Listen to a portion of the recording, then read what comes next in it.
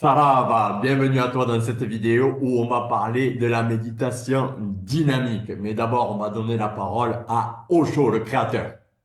Meditation is not a science, it is not an art, it is a neck. Just that way. Sacré bonhomme et son geste, fif, puis son ego qui s'est totalement envolé. Voilà, il n'y a plus aucune fierté malgré tous les rires qu'il reçoit. Donc, chapeau. Donc, knack, en fait, ça signifie un genre de saut, un genre de bon cantique, une technique qu'une fois connue est très très simple. Voilà, c'est comme genre apprendre à faire du vélo. Après, on n'a plus besoin d'y penser pour reproduire l'action. Voilà. Dans cette vidéo, donc, nous allons parler dynamique, la méditation active qui a fait la renommée d'Osho. Voilà, c'est une séquence pour les chercheurs de vérité qui ont soit envie d'aller réveiller leur énergie de vie, leur remettre de l'intensité, continuer à rendre leur vie encore plus intense et complète, mais aussi pour ceux qui ressentent une certaine fatigue, voilà, qui ont l'esprit un peu passif au quotidien et voilà, qui ont besoin de remettre de l'intensité, du jus dans leur vie pour réveiller, on va dire, leur structure énergétique. Voilà. Faut s'imaginer avec voilà, plein de sève, cette méditation, on va le voir, elle a de nombreuses qualité qu'on va pouvoir intégrer assez facilement en la pratiquant. Voilà. Donc, on va faire une vidéo assez compacte. On va aller à l'essentiel avec donc, premièrement, la méditation active. On va décrire ce que c'est. Deuxièmement, des précisions sur la dynamique en question. Troisièmement, la technique, étape par étape, très important pour pouvoir la pratiquer. Et quatrièmement, quand et comment la pratiquer et quels effets on peut en attendre. Donc, premièrement, la méditation active. Les méditations actives, elles existent depuis la nuit des temps, en fin de compte, et elles ont cependant été remises au goût du jour par Osho, dont on vient de voir un extrait. Voilà, c'est le dernier grand gourou tantrique qu'on a eu la chance d'accueillir sur cette terre et qui a eu une influence prépondérante. Voilà. Ces méditations, donc actives, elles ont été créées spécifiquement pour l'homme contemporain, l'homme occidental en fin de compte. Osho, il s'est rendu compte que les hommes occidentaux, ils avaient une certaine énergie, une certaine vigueur, mais beaucoup bloqués dans le mental vagabond qui partait à droite, à gauche. Hein. Donc, il a fait ces méditations actives qui contrairement à la méditation, comme on peut l'entendre, c'est le vipassana, la assise calme et silencieuse, dont on voit tous les gourous et les bouddhas faire, qui évidemment amènent des qualités extraordinaires. Mais le mental des Occidentaux n'arrivait pas à se poser comme ça et ça partait dans tous les sens et ça les déconcentrait. Donc, l'intérêt de la méditation active, c'est une bonne partie, voire quasiment sur toute la moitié de la méditation, on va dans l'action à fond. Que ce soit par le souffle, que ce soit par le son, que ce soit par le mouvement, on va dans l'action à fond les ballons. Et donc, par réaction naturelle, l'esprit va pouvoir se poser beaucoup plus tranquillement dans ce qu'on appelle la phase méditative, qui sera donc la deuxième phase de ces méditations actives. Donc, on va pouvoir toucher des espaces beaucoup plus calmes, beaucoup plus tranquilles et véritablement se connecter à ce silence et à cette expansion de conscience. Voilà pour la méditation active. On va passer aux deux des précisions. On va passer aux deux, pardon, des précisions sur la dynamique en question. C'est donc la méditation qui a fait le succès d'Osho. Hein, c'est dans les années 60, 70, en fin de compte, en plein essor du mouvement hippie, Woodstock et LSD, on va dire. Cette méditation a débarqué d'Inde et s'est rapidement imposé comme une technique voilà, libératrice et alternative, puissante, capable de procurer des grosses ouvertures de conscience, au moins équivalentes à tous les psychédéliques, sans l'effet gueule de bois du lendemain, voire même des heures d'après. Hein. Donc, elle a été adoptée ben, dans tous les ashrams d'Osho, des masses d'hippies, on va employer le terme hippie, ont débarqué et ont été formés, entre guillemets, à cette méditation. Et voilà, par son approche libératrice, voilà, elle permettait donc à ces chercheurs spirituels de boum, décoller, mais sans substance aucune. C'est ça l'intérêt de ce truc. Ça réveillait l'énergie vitale et ça dissolvait ben, toutes les tensions engrammées, cristallisées dans le corps et aussi dans le mental. Voilà.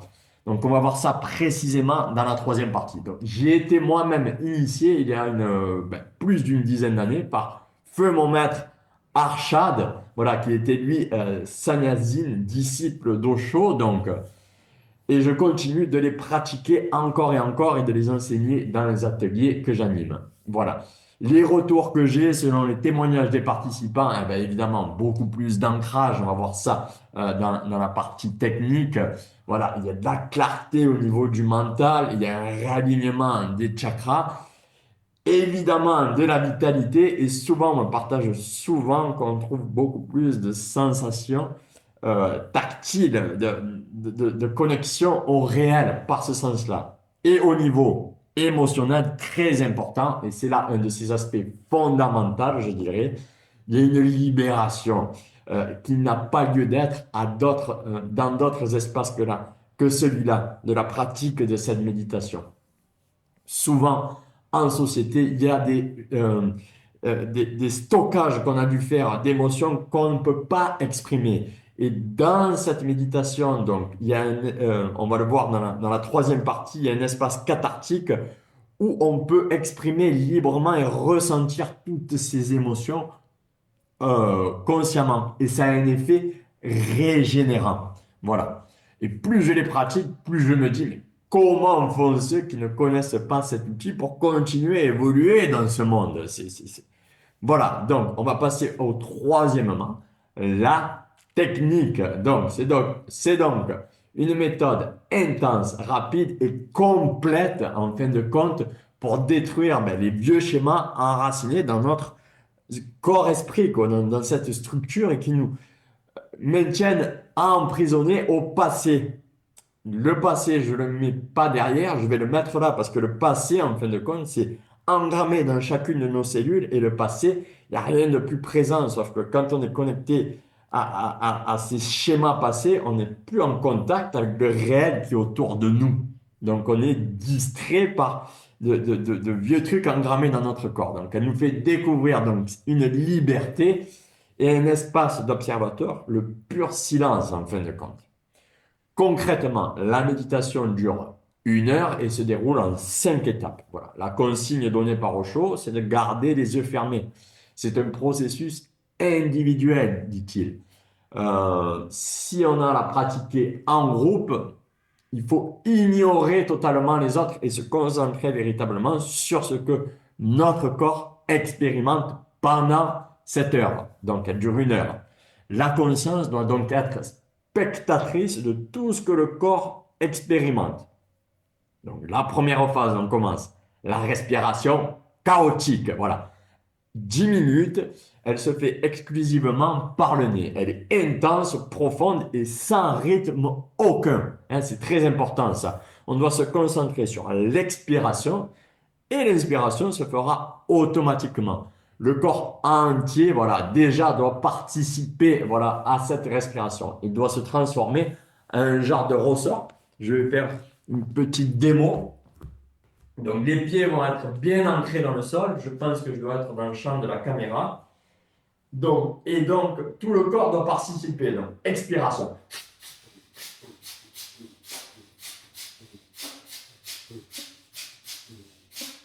Voilà. Et donc, on engage tout le corps. Voilà. Pour ceux qui font un peu de yoga, c'est un genre de Kapalabhati, mais sans rythme. Dès qu'on on se chope en train de partir sur un rythme, hop, on en sort et on la met plus intense. Ou alors des fois on ventile ici, mais on vient en fait oxygéner toute la partie de notre troisième œil, hein, véritablement donner de l'espace, de l'importance ici pour après s'y connecter par la suite. Voilà pour la première phase. Donc la deuxième phase, boum, explose, c'est la vidange émotionnelle. 10 minutes à nouveau. On laisse sortir tout ce qui doit sortir, tout ce qui a été comprimé et tout ce qu'on a refoulé, c'est le moment de le vivre, de le sentir dans notre corps et de l'exprimer aussi. Voilà. On saute, on rit, on crie, on hurle, on rit, on pleure, on se lance dans tous les sens. Voilà. Dès qu'il y a le mental analytique qui essaie de venir nous capturer, on va dire, on bouge et voilà. On devient fou consciemment. Voilà. On peut dire que c'est la cour de récréation de l'hôpital psychiatrique. Hein. Donc, la démo, allez, je fais une petite démo là.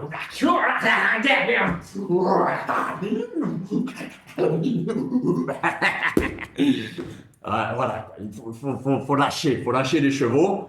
Et véritablement, ça va créer un espace libérateur parce que toutes ces émotions qu'on a entassées, eh ben, elles viennent nous perturber dans le ressenti que l'on a pendant notre quotidien, dans les relations qu'on a avec les gens. Et puis même, des fois, on aperçoit quelque chose, on sent une peur et c'est des trucs qui ont été bloqués. Et voilà, laisser tout ça exploser, eh ben, ça va créer une libération intense à cet endroit-là. Voilà, donc les deux premières phases, donc, comme vous avez pu le comprendre, elles sont très chaotiques. On arrive à la troisième phase, c'est la phase de reconstruction. Voilà, elle dure 10 minutes aussi et on va sauter les bras en l'air en faisant résonner le mantra soufi. Je fais une petite démo, je vais continuer un peu à expliquer. Donc, on va être comme ça, donc les bras en l'air.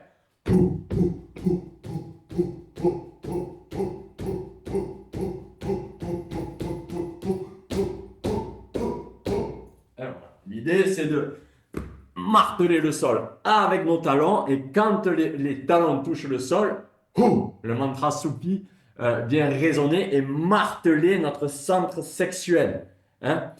L'intention, c'est de faire remonter cette énergie dormante, hein, c'est souvent appelé la Kundalini, qui est là, notre énergie vitale, de la faire remonter le long de notre colonne, on va dire, pour réouvrir à chaque fois nos centres énergétiques, nos chakras, et venir déjà guérir physiologiquement tous les organes correspondants, et puis ouvrir ces différents, on va dire, cerveaux. On ne va pas rentrer dans ces détails ici, mais toujours la conscience qui est témoin de ce que le corps expérimente. Hein. Voilà. Si on sent la fatigue, on peut se concentrer, laisser la caméra de la conscience montrer dans le mantra Hu, qui est projeté par notre cinquième chakra.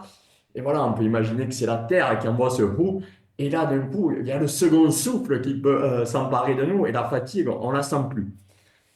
Donc, c'est une pratique, cette méditation, qui doit se faire plusieurs fois, à mon sens, véritablement, pour sentir à chaque fois l'évolution de cette liberté qu'on gagne véritablement, et puis même l'endurance aussi, véritablement, euh, qu'on a à pouvoir la parcourir de plus en plus légèrement, on va dire. Voilà. Si on a des petits soucis au niveau des genoux, on peut garder les pieds au sol, hein, et faire voilà, à chaque fois que, je ne sais pas si on les voit, là, je vais le mettre sur le côté, là.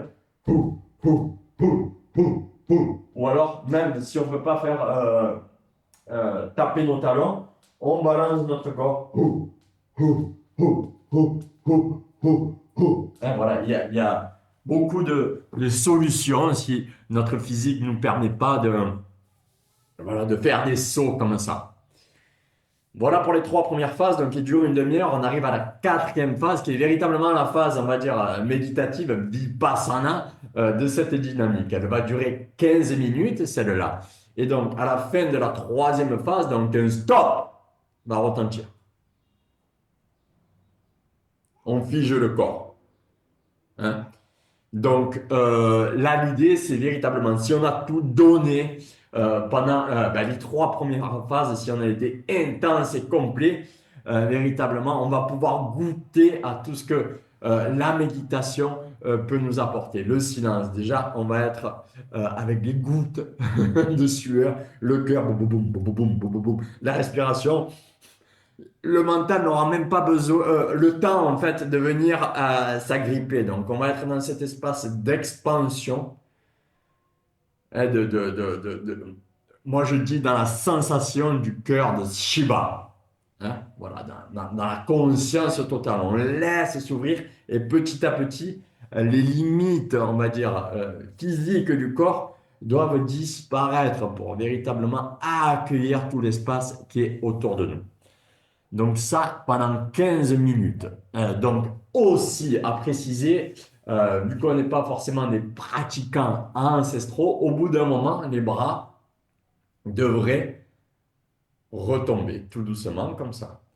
Mais comme je l'ai dit et comme je le répète, on est dans la sensation du cœur de Shiva, on observe ce qui se passe.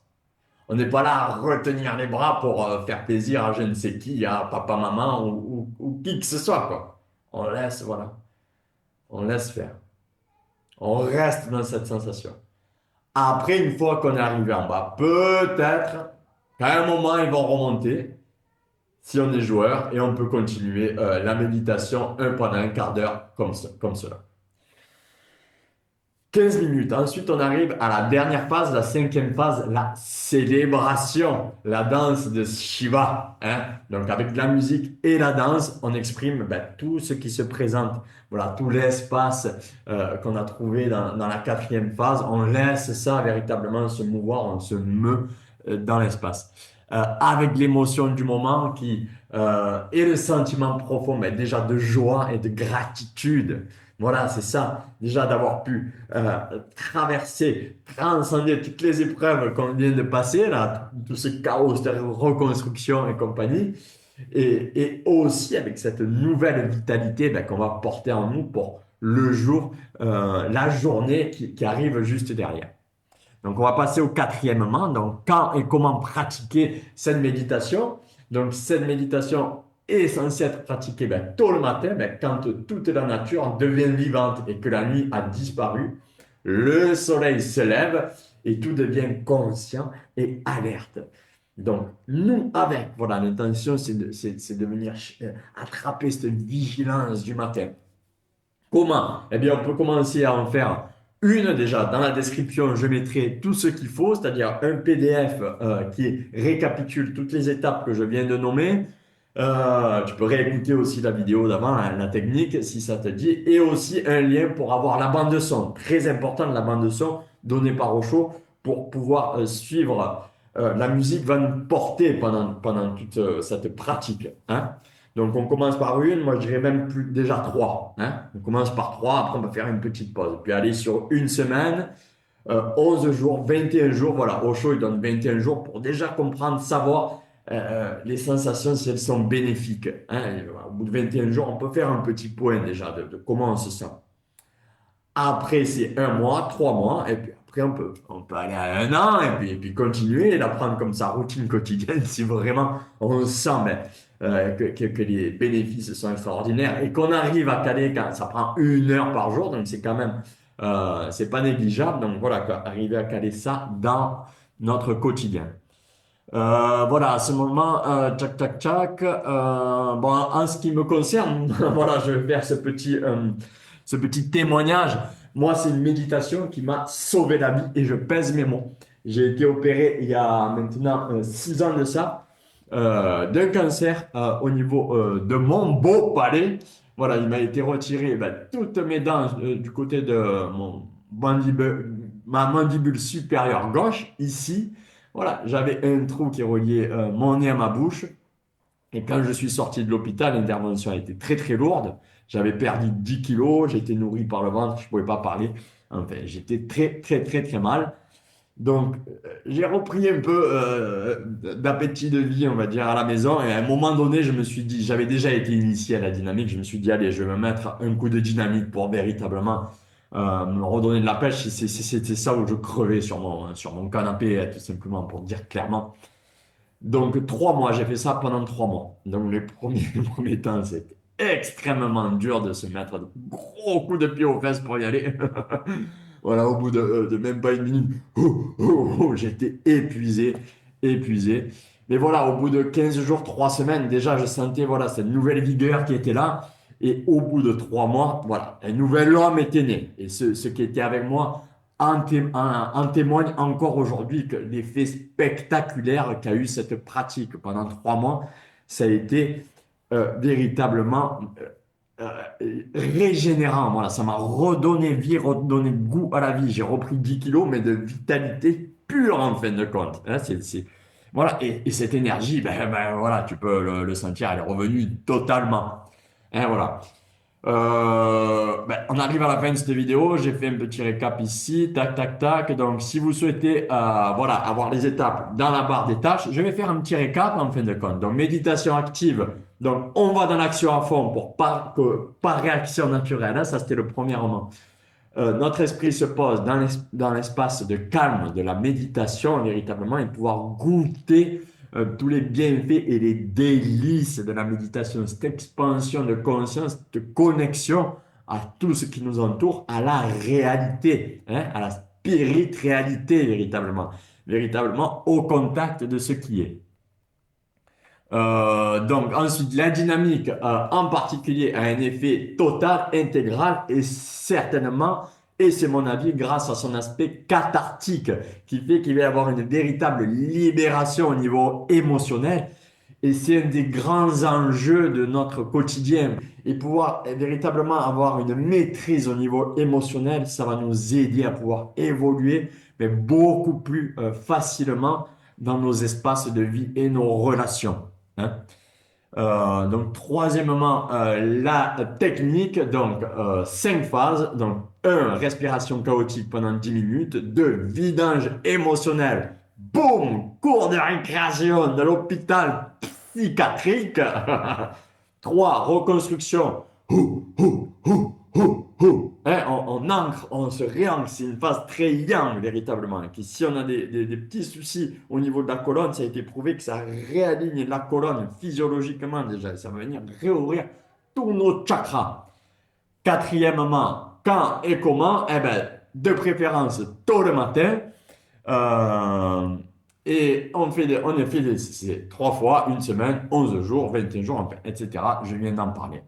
Je laisse donc le lien dessous pour avoir ce PDF gratuit pour que tu puisses avoir toutes les étapes une à une sous les yeux, que tu puisses déjà bien les intégrer mentalement pour pouvoir après les pratiquer plus facilement.